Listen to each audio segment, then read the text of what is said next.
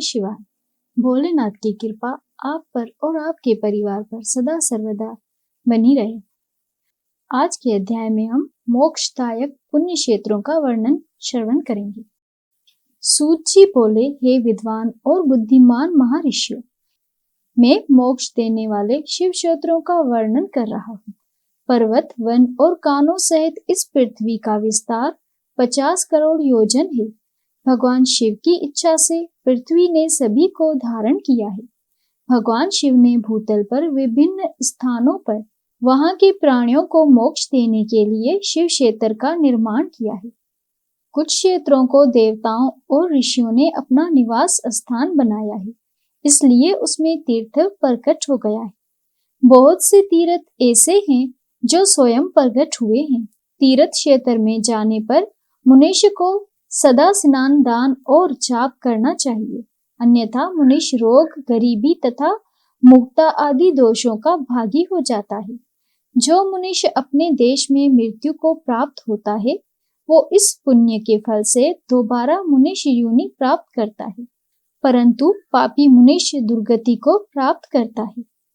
हे ब्राह्मणों, पुण्य क्षेत्र में किया गया पाप कर्म अधिक दृढ़ हो जाता है, अतः पुण्य क्षेत्र में निवास करते समय पाप कर्म करने से बचना चाहिए। सिंधु और सतलुज नदी के तट पर बहुत से पुण्य क्षेत्र हैं। सरस्वती नदी परम पवित्र और 60 मुख वाली है, अर्थात उसकी 60 धाराएं हैं। इन धाराओं के तट पर निवास करने से परम पद की प्राप्ति होती है।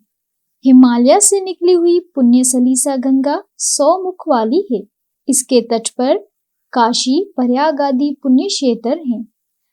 मकर राशि में सूर्य होने पर गंगा की तटभूमि अधिक प्रशस्त एवं पुण्यदायक हो जाती है।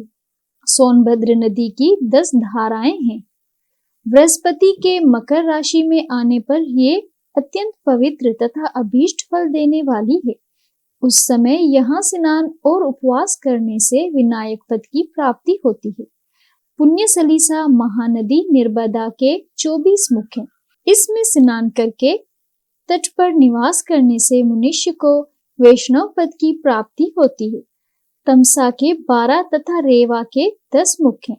परम पुण्यमयी गोदावरी के 21 मुख हैं। ये ब्रह्म हत्या तथा गोवध पाप का नाश करने वाली एवं रुद्रलोक देने वाली है। कृष्णवेणी नदी समस्त पापों को नाश करने वाली है। इसके 18 मुख हैं तथा ये विष्णु लोक प्रदान करने वाली है। तुंगभद्रा 10 मुखी है एवं ब्रह्मलोक देने वाली है। स्वर्ण मुखी के 9 मुख हैं। ब्रह्मलोक से लौटे जीव इसी नदी के तट पर जन्म लेते हैं। सरस्वती नदी, पंपा सरोवर, कन्याकुमारी, अंतरीप तथा शुभकारिक श्वेत नदी सभी पुण्य क्षेत्र हैं। इनके तट पर निवास करने से इंद्रलोक की प्राप्ति होती है। महानदी कावेरी परम पुण्यमयी है। इसके 27 मुख हैं। ये संपूर्ण अभीष्ट वस्तुओं को देने वाली है। इसके तट ब्रह्मा विष्णु का पद देने वाले हैं। कावेरी के जो तट शिव क्षेत्र के अंतर्गत हैं, वे अभीष्ट फल तथा शिवलोक प्रदान करने वाले हैं। नीमशारण्य तथा बद्री आश्रम में सूर्य और बृहस्पति के मेष राशि में आने पर स्नान और पूजन करने से ब्रह्मलोक की प्राप्ति होती है। सिंह और कर्क राशि में सूर्य की संक्रांति होने पर सिंधु नदी में किया स्नान तथा केदार तीर्थ की जल का पान एवं स्नान ज्ञानदायक माना जाता है। बृहस्पति के सिंह राशि में स्थित होने पर भाद्र मास में गोदावरी के जल में स्नान करने से शिवलोक की प्राप्ति होती है। ऐसा स्वयं भगवान शिव ने कहा था। सूर्य और बृहस्पति के कन्या राशि में स्थित होने पर यमुना और सोनभद्र में स्नान से धर्मराज और गणेश लोक की महान भोग की प्राप्ति होती है। ऐसी महर्षियों की मान्यता है। सूर्य और बृहस्पति के तुला राशि में होने पर कावेरी नदी में स्नान करने से भगवान विष्णु के वचन की महिमा से अभीष्ट फल की प्राप्ति होती है। मार्गशीर्ष माह में सूर्य और बृहस्पति की वृश्चिक राशि में आने पर नर्मदा में स्नान करने से विष्णु पद की प्राप्ति होती है।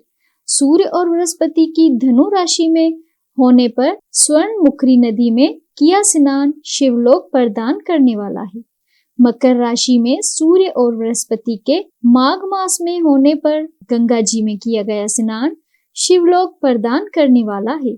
शिवलोक के पश्चात ब्रह्मा और विष्णु के स्थानों में सुख भोग कर अंत में मनुष्य को ज्ञान की प्राप्ति होती है। माघ मास में सूर्य की कुंभ राशि में होने पर फाल्गुन मास में गंगा तट पर किया श्राद्ध पिंडदान अथवा तिलोदक दान पिता और नाना दोनों कुलों के पितरों की अनेकों पीढ़ियों का उद्धार करने वाला है। गंगा व कावेरी नदी का आश्रय लेकर तीर्थवास करने से पाप का नाश हो जाता है। ताम्रपर्णी और वेगवती नदियां ब्रह्मलोक की प्राप्ति रूप फल देने वाले हैं। इनके तट पर स्वर्गदायक क्षेत्र हैं। इन नदियों के मध्य में बहुत से पुण्य क्षेत्र हैं। यहाँ निवास करने वाला मनुष्य अभीष्ट फल का भागी होता है। सदाचार, उत्तम वृत्ति तथा सद्भावना के साथ मन में दया भाव रखते हुए विद्वान पुरुष को तीर्थ में निवास करना चाहिए, अन्यथा उसे फल नहीं मिलता। पुण्य क्षेत्र में जीवन बिताने का निश्चय करने पर तथा वास करने पर पहले का सारा पाप तत्काल नष्ट हो जाएगा, क्योंकि पुण्य को ईश्वरदायक कहा जाता है।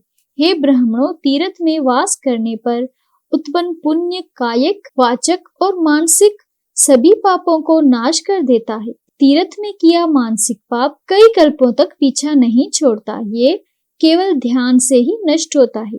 वाचक पाप जाप से तथा वायक पाप शरीर को सुखाने से, कठोर तप से नष्ट होता है। अर्थात सुख चाहने वाले पुरुषों को देवताओं की पूजा करते हुए और ब्राह्मणों को दान देते हुए पाप से बचकर ही तीर्थ में स्नान करना चाहिए। ओम नमः शिवाय। तो प्रेम से बोलो शिव और माता पार्वती की जय हो। शिव महापुराण का अगला अध्याय सुनने के लिए हमारे चैनल को सब्सक्राइब करें। धन्यवाद।